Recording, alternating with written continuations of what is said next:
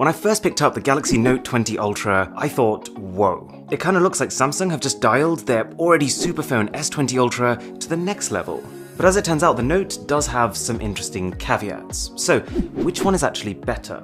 I will say this, right out the gate, hats off to the design team. The S20 Ultra is a cool phone, but wow does it look bland with its colourless plain glass back. So, it's kinda cool that in one fell swoop, Samsung have gone from quite possibly one of the weakest flagship phone finishes to my top 3 of all time. The Note has colour, for starters, and combines a grippy, fingerprint-resisting back with a logo that's embossed as opposed to just flush with the body, and a high-gloss camera module.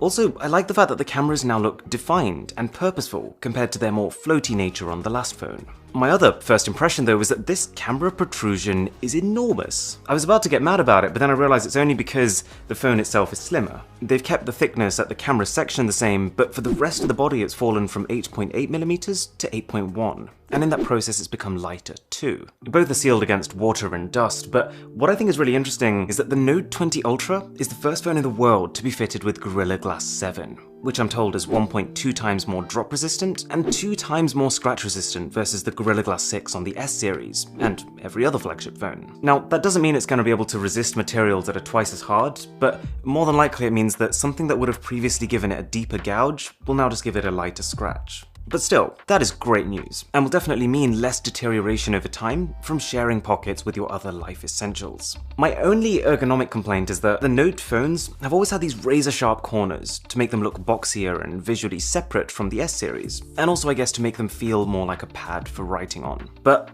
I just can't get used to them. Compared to the soft corners of their other phones, this just feels a little stabby. Overall though, Note kills it in design. But possibly the most interesting thing about the way they've put together this phone is that this is the first Note that isn't any bigger. I mean, thank God, it is a good thing. It's just interesting. It perhaps indicates that we're reaching the feasible limits of how big a phone should be.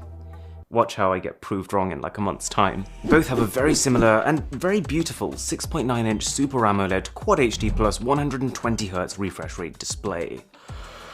They both push the boundaries in every metric, and the Note gets 2 wins here. A small one, in that its screen-to-body ratio is ever so slightly higher, making it actually the highest screen-to-body ratio Samsung has ever put on a phone, and a pretty huge one in the fact that it's 25% brighter. While the peak brightness of the S20 Ultra maxes out at around 1200 nits, this new Note comes in at 1500. I think that makes this the brightest phone display, period. And Samsung did a good job at keeping the curved sides on these phones, because they look good, but toning that curvature down so that the whole screen area is still usable. So that's another point to the Note.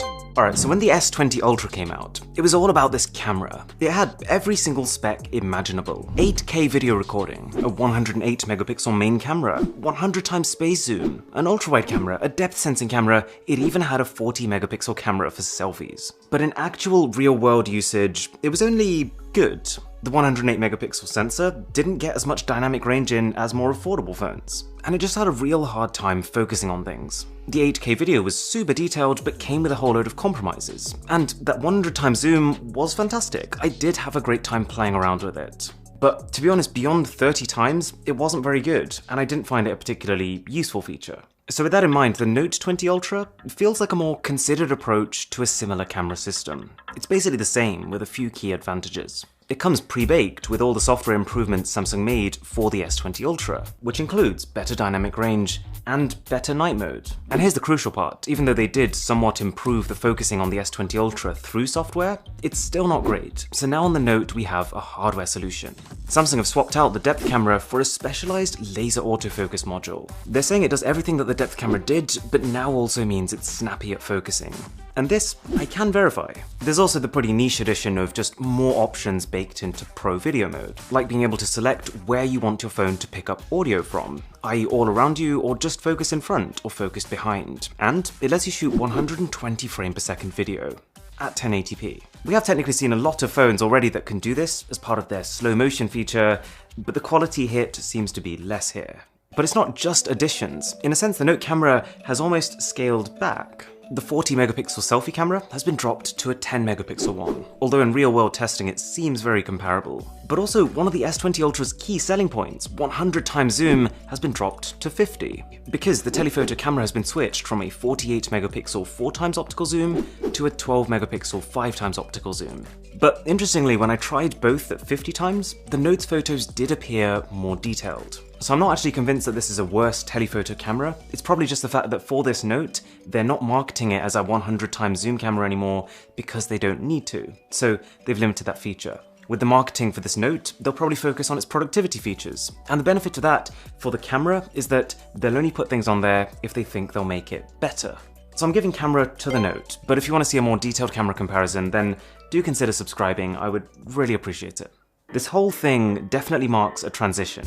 When that first Galaxy Note came out, it was basically just Samsung's way of making a plus phone, a bigger, faster, more extreme flagship. But it's just not the case anymore. If you've been paying attention to the marketing over the last few years, what Samsung's trying to do with these phones is not to have one good phone and one ultimate phone, it's actually just to make two different phones. The S series for social media and sharing, and the Note for productivity and sophistication. And nothing makes this transition clearer than the fact that for the first time ever, the Note is launching at a lower price than the S. Even if that is like saying someone is shorter than the Empire State Building.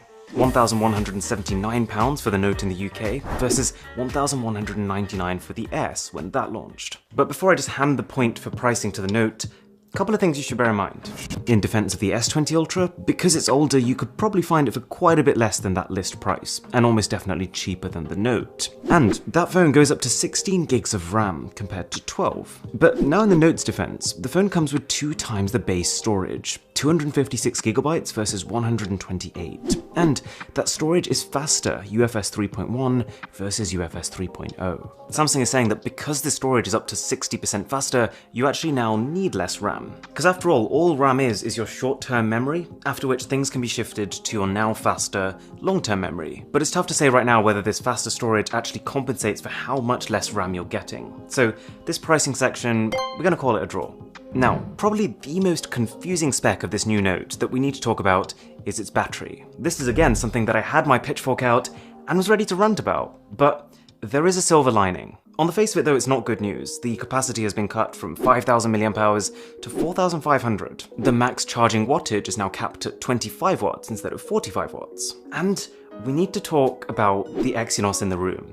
You probably know by now that Samsung, for its flagship phones, makes 2 different versions for different regions. And for their S series earlier this year, the Exynos 990 powered phones lagged quite a way behind the Snapdragon 865 powered phones. I'm talking up to 20% lower performance and 20% worse battery. That's enough of a difference that you're almost looking at 2 different phones depending on where you live. And so you would think this Note phone would be the perfect chance for Samsung to put all that behind them, to build a more powerful Exynos chip to level the playing field. But the gap just got wider. The regions that were already getting the superior Snapdragon get an upgrade to the 865 Plus, which is about 10% faster. But if you're in the UK or India, the Exynos that we get has stayed the same. So even though this isn't bad news, performance isn't getting worse, it kind of stings, and the Exynos chip is not particularly friendly for battery life. However, the silver lining is in this new display.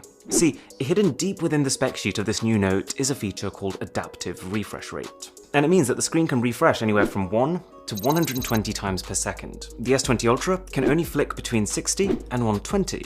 By having this full control over the refresh rate, the Note is no longer wasting battery. If, for example, you're running an application that only refreshes 30 times per second, on the S20 Ultra the screen would still be running at 60, but the Note can reduce that to 30. And so, according to Samsung, if you combine this display with the faster, more efficient UFS 3.1 storage and the new One UI 2.5 software, the Note battery will actually last longer.